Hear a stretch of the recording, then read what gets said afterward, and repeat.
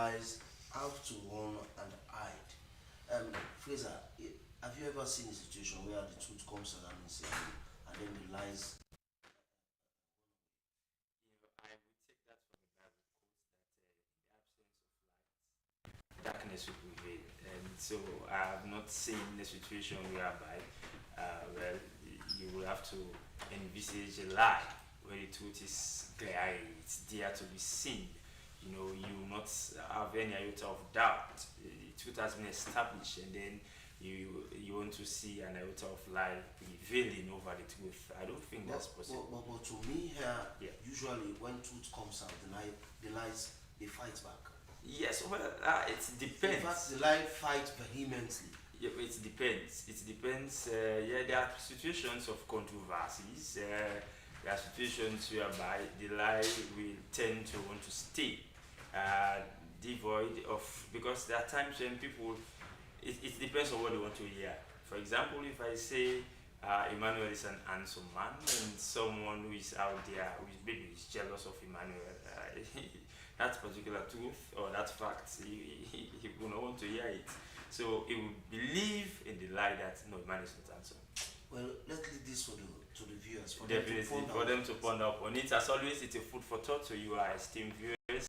But of course, in the words of a musician, the same musician, it's to not get meaning. Your last name, 2992. Alright, so that's coming up in the program this morning. We're running quickly through on the menu. APC National Chairman Minkadu Mansari passes away on sad note for the public Congress. Very sad. And yesterday, I would say the APC was greeted with a bittersweet news. Yes. And earlier in the morning hours, we It saw was the birthday of the deputy, acting. all those Yeah, elected the acting national national chairman, chairman. whilst people were celebrating, and Yeah. hours into the birthday, Birthday. then we saw The you know, demise the of demise of the substantive national chairman. Well, today is June 16, the day of the African child. We find out if the day is worth celebrating amidst ongoing xenophobic attacks on fellow Africans in South Africa. And also in the program, we'll take a look at a recent video making rounds, of course, on social media and other platforms, where a traffic police officer was filmed slapping a tricycle rider, or better known in Sierra Leone as Keke rider. These issues are going to be trashed in the next 55 minutes in the program. Stay with us, grab a chair and sit close to your television, of course, or whatever smart device you're using to catch the program live. The program is Good Morning Sierra Leone. Stay with us. We'll be back after this short break.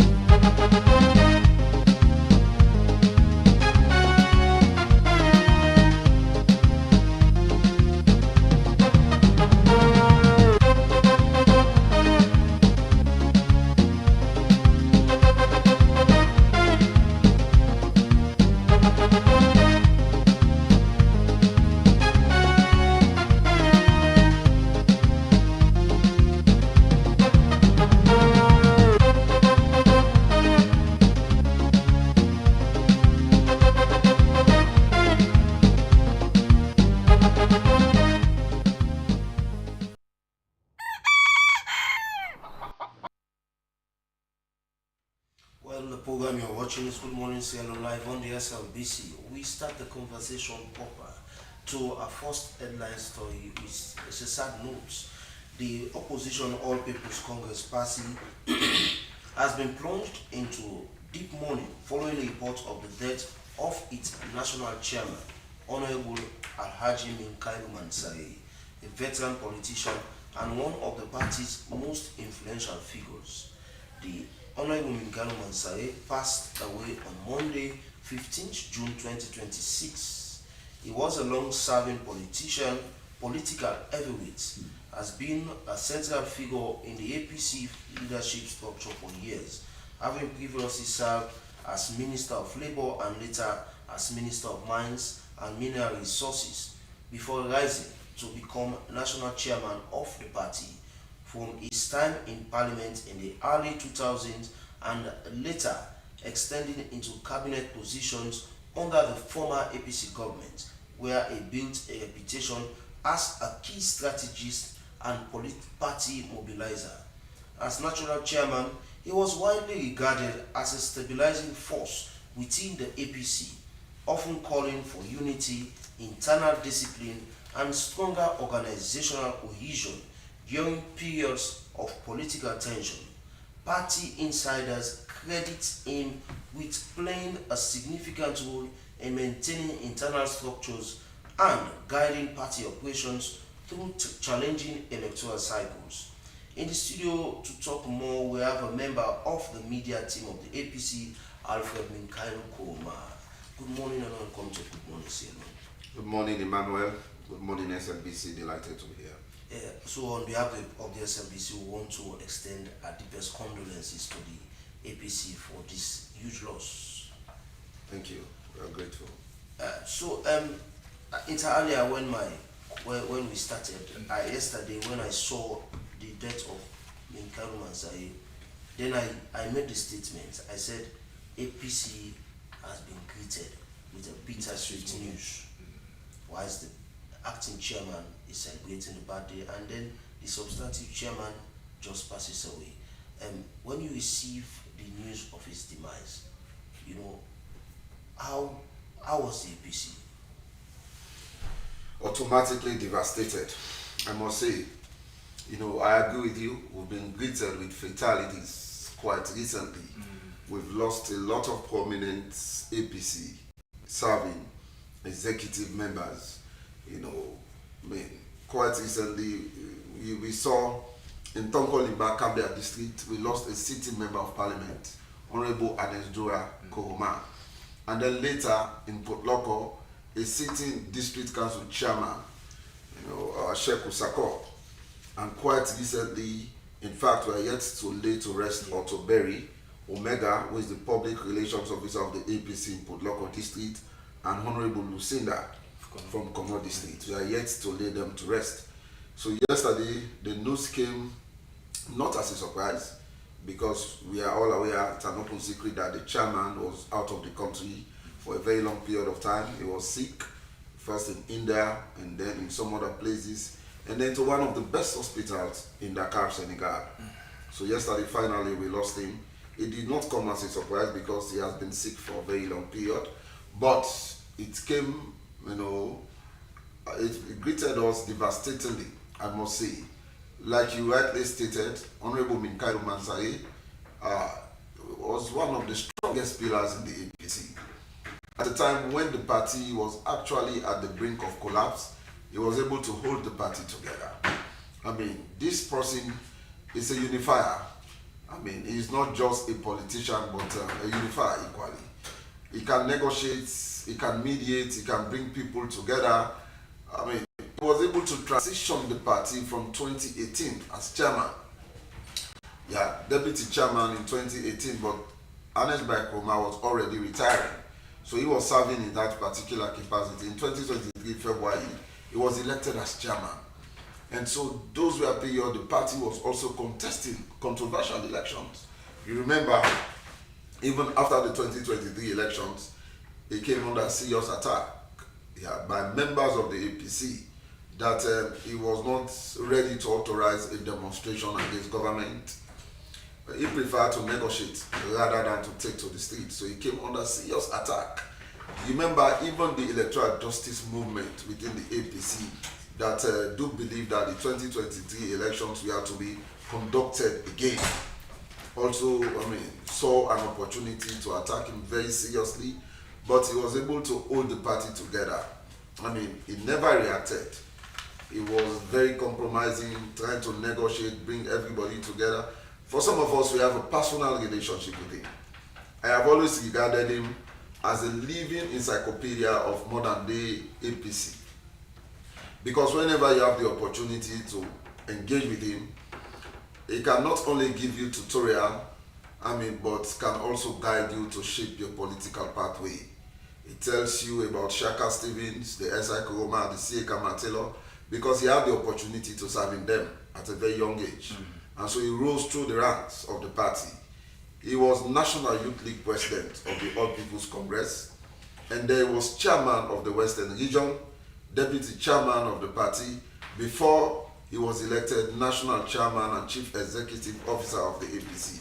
So this is an individual with vast knowledge. I mean, the vacuum cannot be easily replaced. His leadership qualities are unmatched. I mean, we pray that we can get another Kailu Mansari in the APC, but it is difficult.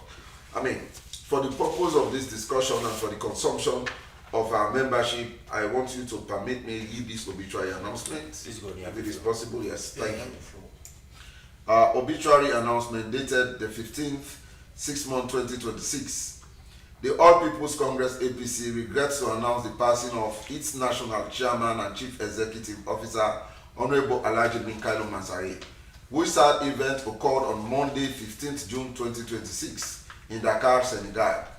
The family of the late Honorable Alhaji Kailu Mansari and the leadership of the APC are currently making arrangements for the repatriation of his remains to Sierra Leone for a befitting Islamic burial.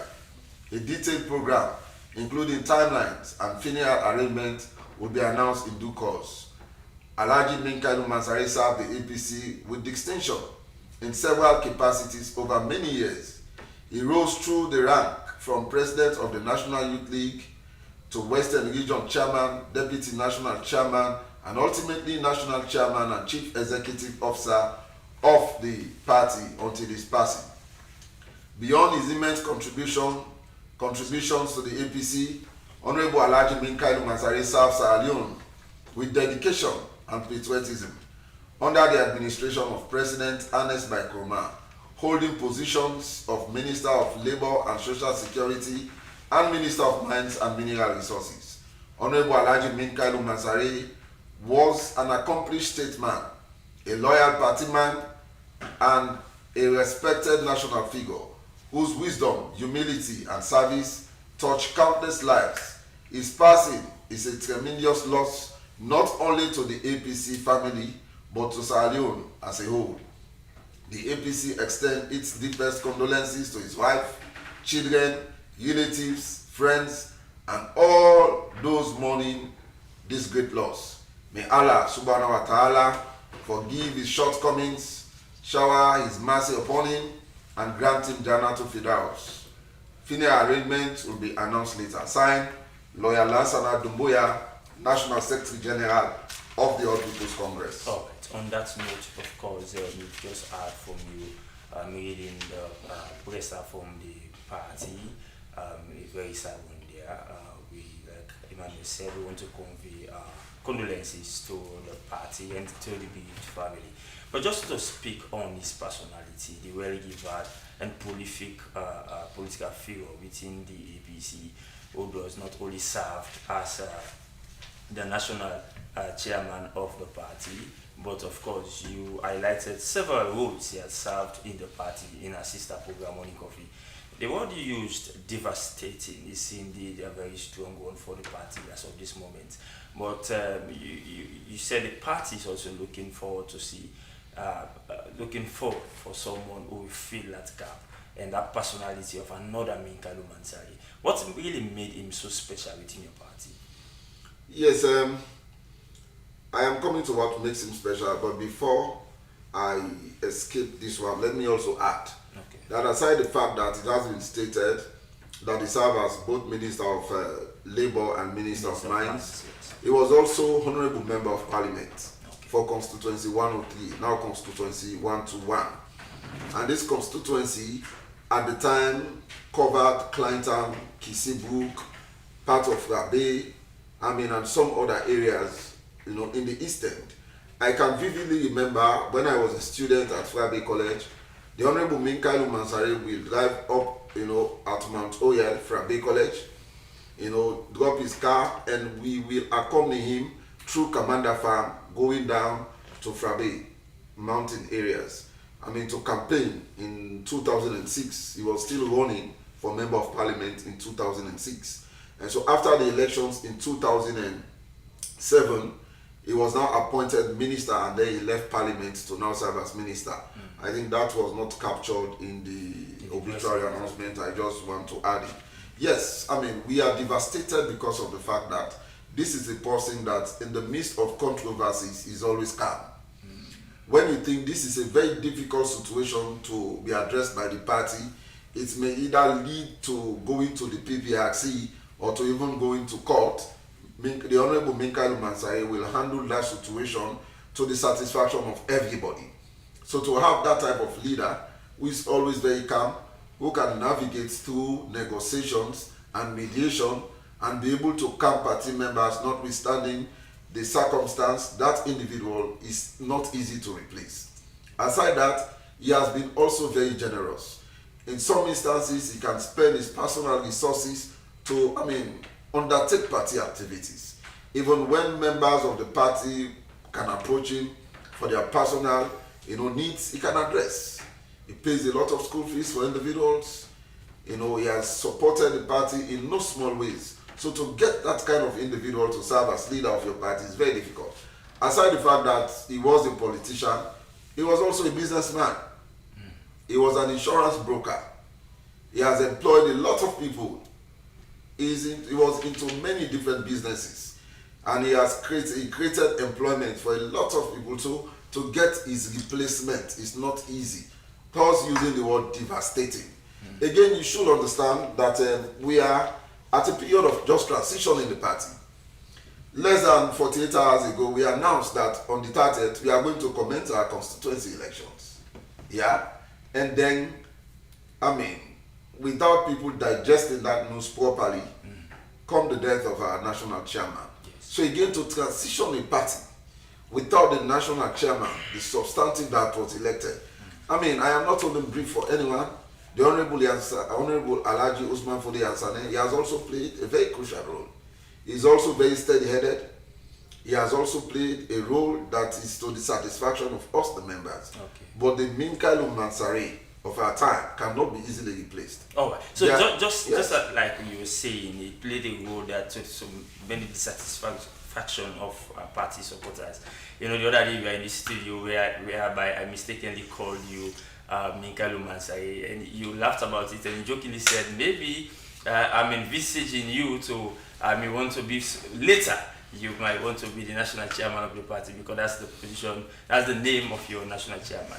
But in as much as tributes are really coming in to sympathize not just the APC but the bereaved family, and of course this is a national loss. But critics of the late man have really been pointing accusing fingers on him to be very soft and someone who is not firm in making decisions, and all to the peril of the People's Congress Party. In response, what would be your comment on that? Yeah, well, it is their right to criticize. Leaders are subjected to scrutiny. The fact of the matter is, any leader, wheresoever, can go through criticism. But then, the Honorable Minkailu Mansare is a different person from the individual you just see from the surface. Okay. When you interact with him, you will understand that he's very in-depth. He's tall. He's always very calm. But he's a soft power negotiator. Yeah, he does not impose. He does not believe in violence. He believes in negotiation. But again, let me tell you, my brother, there are certain results you can achieve through negotiation without being very violent. The Honorable Minkailu Mansare was able to hold the party together. He came under attack immediately after the 2023 elections. A lot of people were anticipating a violent demonstration from the APC. They were saying he has to come out and speak very strongly to criticize government, but he believes in negotiation. The Honorable Minkailu Mansare was a very fine talker. He was a very strong debater. For those who served with him in parliament, they can attest to that. Even when he addresses the APC crowd, most journalists, including Samura, you have covered a lot of our press conferences. Yeah. He's very intelligent. He was very intelligent, a very good talker. He can debate on issues very well. He can criticize government constructively, but he was not a violent person. So some people were actually misunderstanding him. He cannot be second guessed. That was the Honorable Minkailu. Going to stay with us in the program is Alfred Minkailu Kuruma. of course, a member of the All People's Congress Media and Publicity team, and talking to us there on the demise of their national chairman, Honorable Minkailu Mansari, who passed on yesterday. We continue to send our condolences to the All People's Congress Party and to the bereaved family. Now to another issue in the program. As you know, it's today is June 16th, the Day of the African Child, observed every year, and it's a day to honor the resilience of children and reflect on the progress made in ensuring their rights across Africa. The Day of the African Child was established out of a tragic incident in response to the Soweto uprising on 16 June 1976, when thousands of black school children in South Africa protested against poor educational conditions and the imposition of Afrikaans as the language of institution. The protest ended in violence and loss of young lives, inspiring the Organization of Africa Unity, OAU then, and now Africa Union, to create this day to commemorate the courage of those children and to champion the well-being of all African children. The African Charter, a document with 48 articles, outlines the rights and responsibility of children in Africa. It serves as a roadmap for governments and communities, ensuring children's protection, survival, development, and participation in society. By recognizing children as rights holders, it calls on government to uphold these essential provisions. But recent protests in April and May, citizen-led groups like March and March-organized demonstrations in major cities such as Johannesburg, Pretoria, and Durban to demand the removal of undocumented foreigners, as they label them. These protests frequently escalate into looting and violence in South Africa. Several thousand migrants have been forced from their homes, prompting many to camp outside police stations and community centers for protection. Recent clashes have resulted in deaths of foreign nationals, including Mozambican and Ethiopian citizens, prompting several African countries such as Nigeria, Malawi, and Mozambique to conduct repatriation flights for their safety. Xenophobia in South Africa remains a recurring crisis, criticized sporadic waves of violence and anti-migrant protests targeting African, Asian, and foreign nationals. Tensions are largely driven by high unemployment, poverty, competition for limited resources, with migrants frequently segregating for border and socioeconomic challenges. But to bring us to the question, is it okay to continue with the celebration of or observance of the Day of the African Child? That's a question we put forward to our guest this morning, who is Molku S. Bangura, a business consultant, who is also a child rights advocate. Good morning, Mr. Bangura. Welcome to the program. Good morning. Good morning, and thanks for having me. Oh, very well. Of course, you've had the marathon intro. We've read around the then significance, though it's still significant insofar as protecting the right of African children is concerned.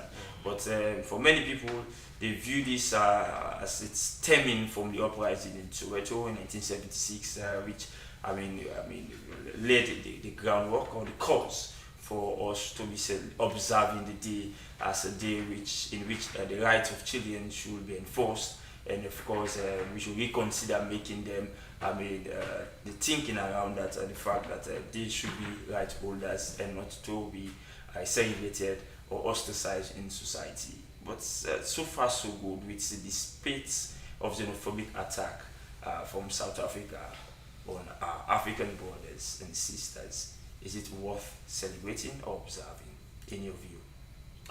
No.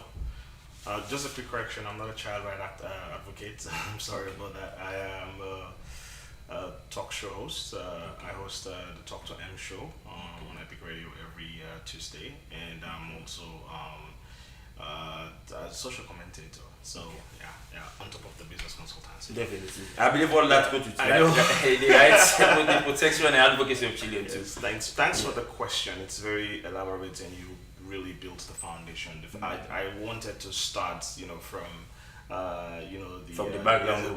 but you already did that for me, so that was a perfect intro. Yes, I do not support the continuation of celebrating the African Child's Day for a simple reason. Xenophobia is basically the fear of foreigners, the fear of strange people, the fear of, quote unquote, foreign people in your country. And with that definition, it's clear that South Africans are afraid of foreigners. And now, I also have to be very careful. And the way the South Africans are wording it, right? They are saying they are fearful of their limited resources. Foreigners are taking over their resources. Foreigners are taking over their jobs. Foreigners are taking over their country, and foreigners are contributing to their increased crime rate, which is quite funny. I do not. I feel like it's an overestimation. They're kind of like oversimplifying the problem. I understand immigration is always a challenge in every country in the world, but going to the extent of chasing away foreigners, taking the law by your own hand, and having these groups of rogue citizens saying they're chasing after foreigners, killing people. In 2009, it was so brutal that somebody was actually burnt alive.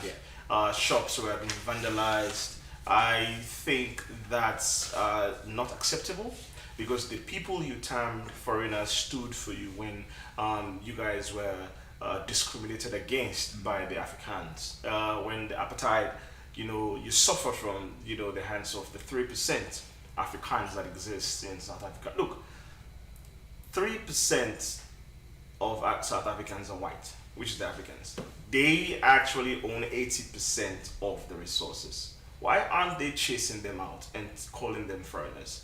Instead, they're chasing other black Africans, people that are coming there, immigrating to their country, having their own shops, making life and living for themselves. You want these people out, and you were taking the law in your hand. These were the same people that stood for you.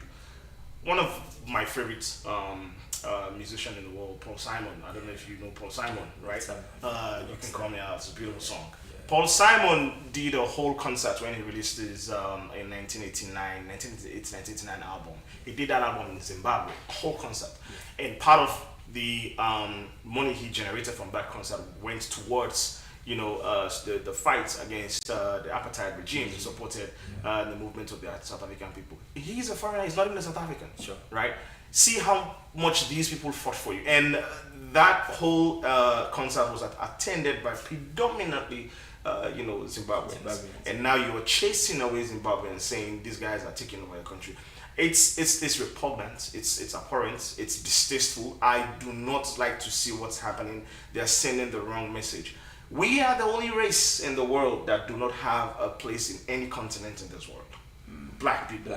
We can't run away from it. You go to the US, they're chasing after us. You go to Europe, they have laws that are, discriminating against us. And Marco, they have just to speak to that before Emmanuel comes, the space of this I've really seen. I mean, other momentum taking place in other parts of the world, like in Norway, in other European nations. Yeah. You see, they have started chasing out even Africans, even in the UK and other places. Yes. We also what is happening in America, for example. Yes. Donald Trump has been chasing, quote unquote, undocumented, but these are black people, sending them back to Africa. Like I said, it's an oversimplification of the problem. They're kind of bundling everything. I understand if you're targeting illegal immigrants, right? But the whole conversation is a little bit muddy when they can't isolate who is an illegal immigrant and who is a legal immigrant. Because what we're seeing in South Africa, people that actually have legal documentation to stay, live, and work in the South Africans are being chased away, right? They are being chased away in the whole conversation. So clearly, you are not looking to chase after illegal immigrants. You just don't want foreigners in the country. And for me, I do not like it, and I do not see the reason why we should commemorate an event that happened, even though it's sad. We all know what happened in 1976 should never happen in any country, in any dispensation. It's wrong. I do not support it, but everybody came together, the whole entire Africa came together, supported it. Even the OAU at the time stood up and say and declared in 1991, say, let's support these people. And you are turning your back, these same people that fought for you. I don't see the reason. Now it's about time we, as Leon, let's focus on our dates, most important dates, right? January 18, when the war ended, when Pakaba declared war on them. Let's focus on those dates. March 23rd, when the war started in 1991. Let's start focusing on those important dates and building events that are memorable to kids. Look, my childhood is fragmented because now June 16 I have this mental in my head that my mom used to dress me in African clothes and then I go to school and watch Sarafina. Man, my childhood is a little bit messed up a little bit right now because of that whole thing. I need to start thinking about March 20 and January 18 and teaching our kids in the next generation to come. Yes. Monko, once you are advocating or saying that we should discontinue or yes. the country should discontinue the celebrations of the African child. When you look at the rights group, the people that are into this xenophobia, one of the things that they are actively campaigning for was for the South African government to put up very strict immigration laws, because it is not a secret that South Africa, the crime rate is very high. So this is one of their petitions saying that put strict immigration law because of the influx of these foreigners. This is the reason why the crime rate is going up sporadically. Yes. So don't you think that they are right in their own way to put up such act, because if they think the government was not listening to them as at the time they were being diplomatic? As citizens, taking the law in your hands is never right. Okay. You're basically you're rubber stamping gangs. You're rubber stamping. I'm going blank with that. I'm looking for the right language, but it's never right. What they should have done is, if there are weak immigration laws, I think they have a way to engage the administration of Cyril Ramaphosa and say, look, we have weak immigration laws that foreigners are exploiting and they're coming into our country and then having access to all these resources. And by the way, you mentioned crime. Statistically, there is a statistics that says 90% of the crimes committed in South Africa are committed by locals, by South Africans. And this is because of the high inequality. Right, when you go to South Africa, you go to, for instance, Johannesburg, right? You see a beautiful neighborhood full of white people, very wealthy and rich, and then just look left, you will see slums. Thousands of people, poor and disenfranchised, living in suffering and bondage, right? They don't have anything, like nothing. That's a stark reality of the inequality that exists in South Africa. And so what happens is, those people that are poor and disenfranchised, they're gonna come for the rich and say, I want what you have, because you didn't give me access, you didn't give me opportunity, now I'm going to take what you have by force. And that's exactly what's happening in South Africa. That needs to be addressed. That's the issue. If they have issue with their laws, they should focus on discussing, having conversations with their government, so not the immigrants. Munku, I want to put a hold there. When you look at Sierra Leone, often when we have violence that erupts, people say, okay, it's the youths that are into this violence. Yeah. But when you look at the people that are fueling the violence, Yeah. it's not actually the youths, it's the people that are very influential. Yeah. So don't you think that it's the same thing that is happening in South Africa, wherein the South Africans, as they become more violent because someone behind the scene who is not a South African is fueling the violence? Well, I can't, that's an assertion I cannot justify, because I don't have the evidence to prove that whoever is behind it or supporting it is not South African. Okay, let's make this clear. Not everybody in South Africa is xenophobic. I have very good South African friends, right? In fact, I know of a Sierra Leonean that is in South, I cannot mention his name now, we talked about it. He's doing extremely well in South Africa, right? He basically advises the South African government in the technology aspects of things. He have a school there, right? He's running, like he's from Sierra Leone right now. He's currently not in Sierra Leone at the moment, but he's doing so well there. Now, I can't say for a fact that yes, a South African, somebody who's not a South African is behind this. What I can tell you is yes, there are always people at the back that are doing all of these things. Okay. What the government, what I'm expecting Cyril Ramaphosa to do is bring those people to justice. If he really wants to stop this, his statements have been very soft, being very indirect. He's not actually communicating to people. He's not telling us that he's not taking a firm position. We need Cyril Ramaphosa to take a firm position, hold these people to account. The leaders, those that are perpetrating these things, bring them to justice to stop, because this has been going on for quite over 10, 15 years. So, Molko, thank you very much. Going to stay us in the program is Molko S. Bangura, of course, the talk show host, social commentator, and of course, a business consultant, taking us through, and of course, why he thinks that we should discontinue the celebration, or better still, commemoration of the Day of the African Child, which we used to commemorate on this fateful day on 16th June. Well, it's now time for us to take our health tip into this edition of the program. Our health tip is on Lyme disease. What you need to know on Lyme disease is the most common insect-borne illness in the US. It's spread by black-legged ticks. It often starts with rash, fever, chills, and aches. Early antibiotics can cure it, whereby delayed treatment can cause lasting complications if you fail to do the needful. Well, yeah, it's a short video for you to watch online. We focus on ticks, and Lyme disease gets the lion's share of the attention because it is the #1 vector-borne illness in the United States. The CDC estimates over 450,000 cases a year in the U.S. Lyme disease is carried by the black-legged tick, the Ixodes tick. Things we're looking for early on in an illness is rash, fevers and chills, aches and pains in a majority of cases, but not all, causing that very recognizable bullseye rash. Luckily, it doesn't cause a high degree of mortality, so it doesn't outright kill, but the burden of morbidity, so the burden of and the chances of ongoing and chronic illness and pain and discomfort is pretty high. And especially we take that in the context of how difficult Lyme can be to detect. We have tests, but the way that your body's immune system reacts, it is not always easy to tell whether the symptoms that a patient, a person is feeling is really from a Lyme infection or some other cause. With Lyme disease, we want to catch in that initial phase, because if we treat with antibiotics, we can cure patients and never, have further problems.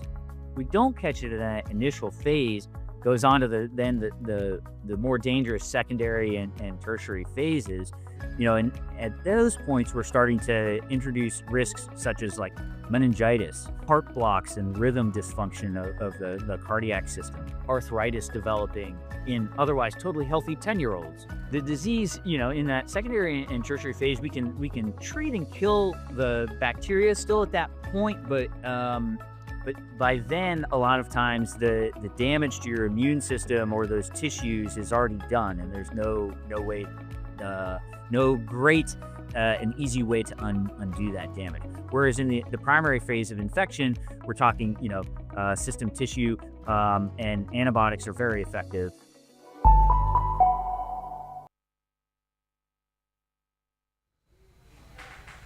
Welcome back. The program you're watching is Good Morning Sierra Leone, reaching you live on the Sierra Leone Broadcasting Corporation Television on 31 and across our social media streaming platforms.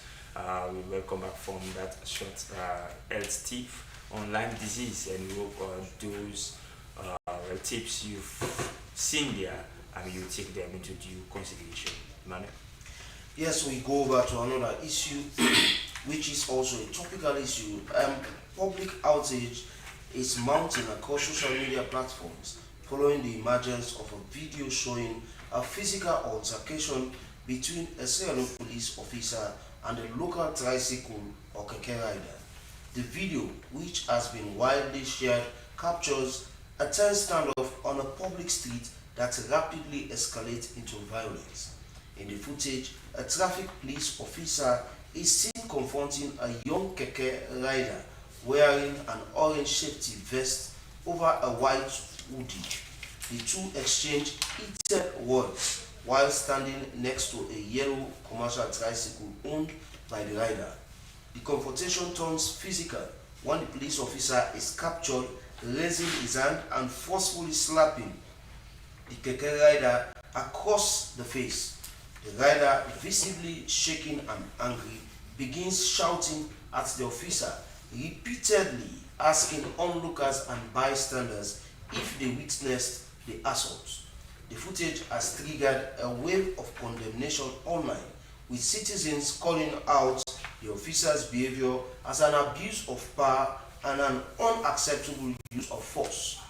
Many social media users are demanding immediate accountability, arguing that law enforcement officers should diffuse conflict rather than initiate violence.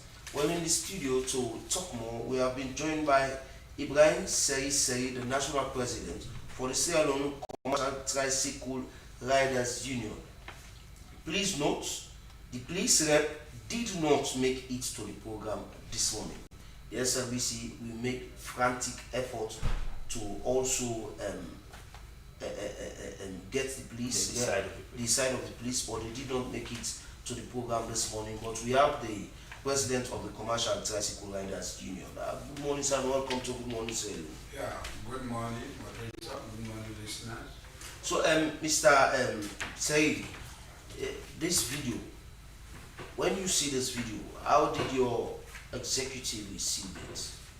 Well, it's unfortunate, to be honest, because I was in a meeting. I have a call from the National Charity and the National Treasurer. Then I decided to rush to the scene so that I get first-hand information about the incident. So what is the first-hand information about the incident? What went wrong? Well, in the first place, I will discuss this in two or fourfold. Firstly, it's about the riders aspect, the police aspect, the media, and the union, together with the police management, the way they handle the issue. In the first place, the rider's name is Joseph Abubakar Ojubela. That is the name of the rider, Abubakar Ojubela. And the police officer's name is Joseph Bustin Blair. Yeah, the rider was coming from town with an empty keke. Approached the lights at Congo Cross by the roundabout. Well, he stood by the street lights because the street light indicates red. But the police officer was not around. When he came in around the street lights, so to the time the police officer approached the area, then according to the rider, he informed me that because I asked the rider what transpired in the police cell. So the rider told me the police officer was approaching his keke. Yeah, but coincidentally for the rider, the green light appeared. But I think the police officer almost on the verge of arresting the keke, but because the lights indicate green, then the rider pulled off. Then the police officer, Joseph Boston Blair, used a commercial keke, a commercial bike to trace this particular rider. And he chased him, he blocked him and parked him at the corner. So because the police officer, to my information I got, he was annoyed by indicating, "You won't bang me in Creole. You won't bang me." So with that vexation, he slapped the rider. That one was not captured in the video. Yeah. So the rider was annoyed. He said, "What did happen? What I do? What I don't do you?" Because I believe as a professional police officer, if you arrest somebody, ask him for relevant document, inspect, you show the offense, but by just doing physical assault is unprofessional. But I will not defend per se, I will continue to explain exactly what transpired. So you've explained what transpired. Yeah. And when the police officers finally stopped the keke rider, before slapping him, did the police officer in any way ask the keke rider for his documents or checked the keke before making that attempt? No, that one did not happen. The police officer approached the rider, I repeat, said, "You see, you want bang me?" You see, I think that aggravates the police officer to, first of all, effect that force by slapping the rider. You see, and the rider had to ask, he said, "Why did you slap me? Which I don't do you?" So that led to the confrontation. Alright, so Mr. Say, of course, you've given, in your words, it's a first-hand information, a background as to what really transpired between that keke rider and the police officer in question. But away from the incident, although it has really generated much angry reaction, I would say, by citizens online and in other platforms, what was the action of your organization to really engage with the Sierra Leone police and to see how best you can inquire into the incident and for to be taken? Because a lot of citizens are even calling for the dismissal of this particular police officer, saying using of physical force is not part of implementing the law. Sure. Thank you for that question. And to be honest, it's rather unfortunate. This particular police officer was a very nice gentleman, to be honest. I'm about to even give him an award when I organize my program by December. His name is in my record. Oh wow, really? Yeah, to be honest. He's a fine gentleman. So was this coming as a very disappointing indeed? Okay. So I know by this particular action his name is going to be removed. Well, we'll think about it. Okay. Yeah. You seem to be very calm about the issue. Is it that the welfare of your members is not really matter in this situation? That or matters. You don't want to, you are trivializing the issue? No, we handle such matter professionally as union. Okay. If we say we just continue to listen to the public, maybe you might be say you take the wrong moves. You know why it matters to a responsible executive? Because for people out there, you might be in your office. These are things that people, citizens, they see on a normal basis. It's so for some people, some citizens are not even surprised to really have seen this because they come across incidents like this on a daily basis, whereby it's either they use baton on riders or they will forcefully arrest them or drag them to stations or whatever. So these are really issues. But the question I want to put to you is, what are you going to be doing about this issue? For this issue as a union, in the first place, we reach out to the DTO in charge. Okay. The DTO is DSP County. So first of all, also brief me, because we want to know from the police angle what actually transpired. Yeah, but police, they will not talk to you immediately. They will say, wait first. We are investigating.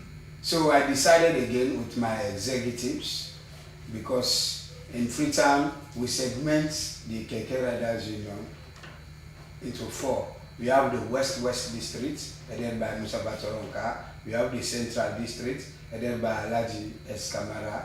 We have the East District, Alassane Toure, and of course by Kama Sanko Western area. This segment will help me as president to coordinate the affairs. Where there is incidents, they will proactively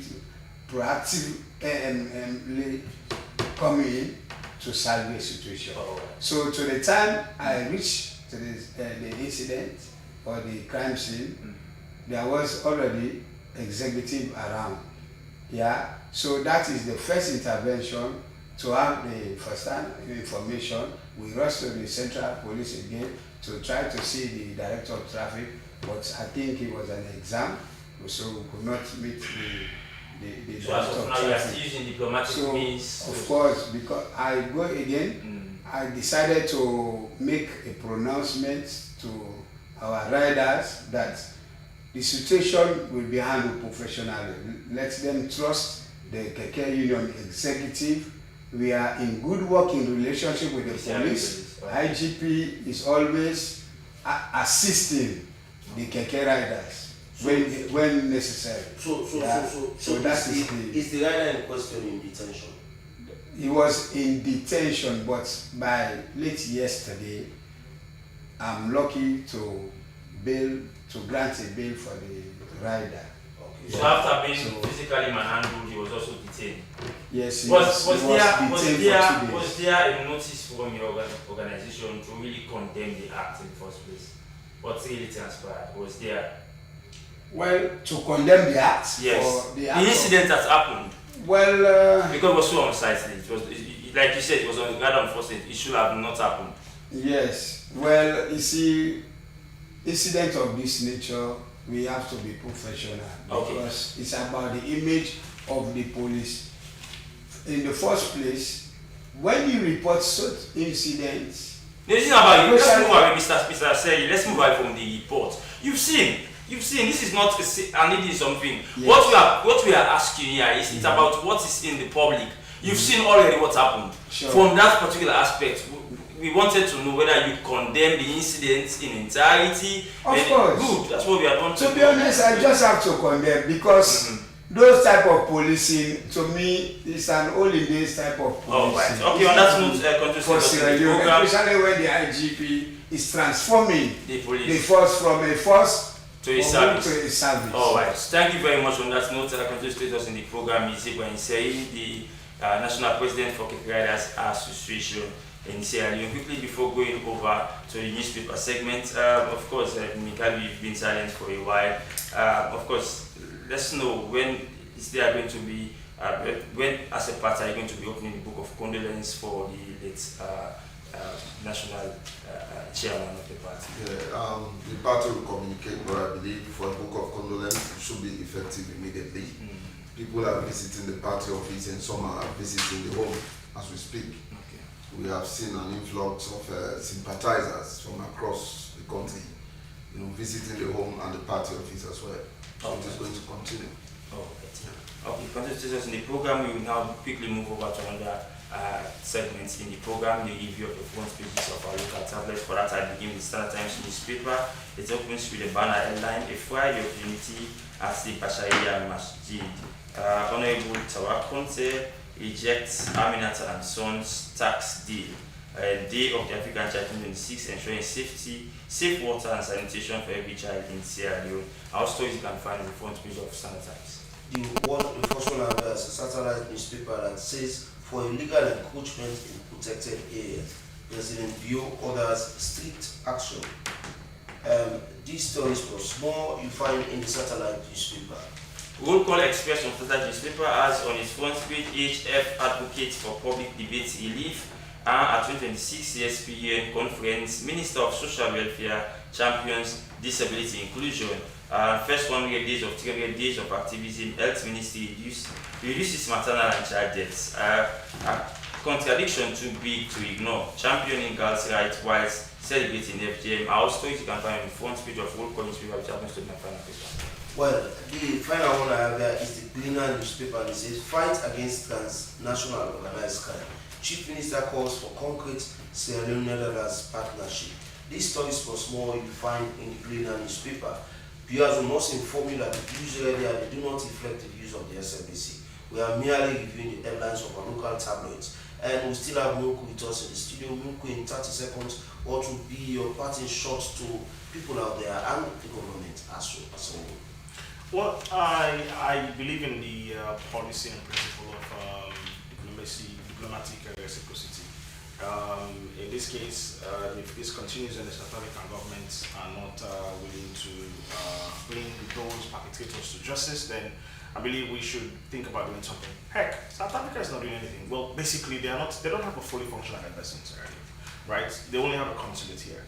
They don't have one of the biggest businesses. They have businesses. ShopRite is not here in Sierra Leone. We don't have MTN. We only have DSTV multinational here, and West Africa is where the largest customer base is. If they are treating us like that, then we could start having second thoughts about putting the plug with their license. Marco, just before letting you go, of course, when we mentioned the issue we are dealing with regards to the police officer and the KK rider, we laughed about it. Must we, as a citizen, be seen, our law enforcement using violence in No, not at all. But the spirit of humanity came to my mind. Like, I know that KK rider, they don't really make the guy piss off and make it slap him, but it's no excuse. He is the law, he has to uphold the law, he has to maintain, it's part of their training, he has to maintain calm, he has to understand how to de-escalate, which is actually a skill you're trained to do, and he must stay calm at all times and try to handle matters, peacefully and carefully. But I understand. Thanks very much. This is Morocco Bamboo, a talk show host and of course social media analyst and business consultant. Mr. Ibrahim Sey, before going in less than 30 seconds, what will be a level of assurance to constituent your members?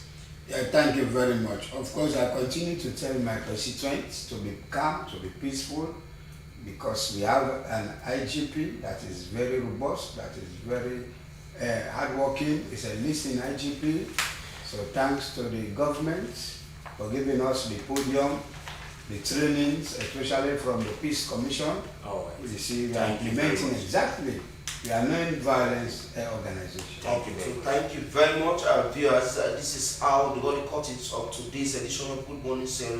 I want to say a very big thank you to the production crew, especially our producer, Daphne Zainab Kama. But before we let it be cut again, it's from American musician Ice Cube, and it says, truth is the ultimate power.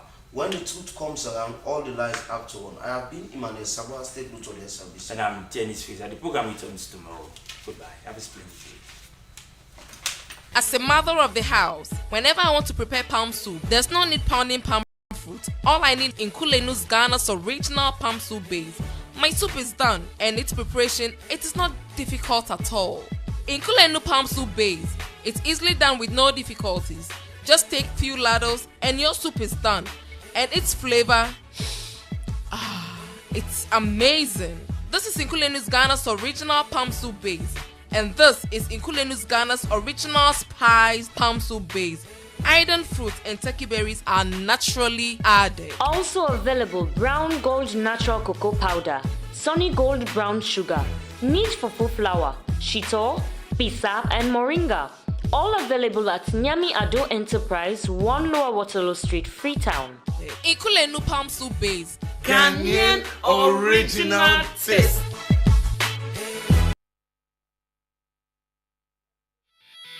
I run a small logistics company.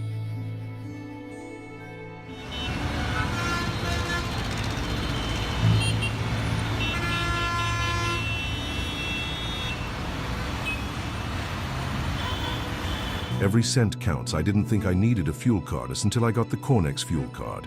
Now, I track exactly how much fuel my fleet uses, in real time.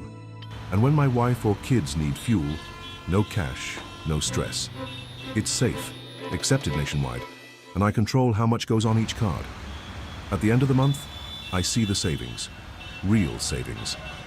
Cornex fuel card. I didn't know I needed it. Now, I can't run my business or family without it. Fuel smart. Live smart. Visit any Cornex filling station to sign off, or any Cornex office to get your card.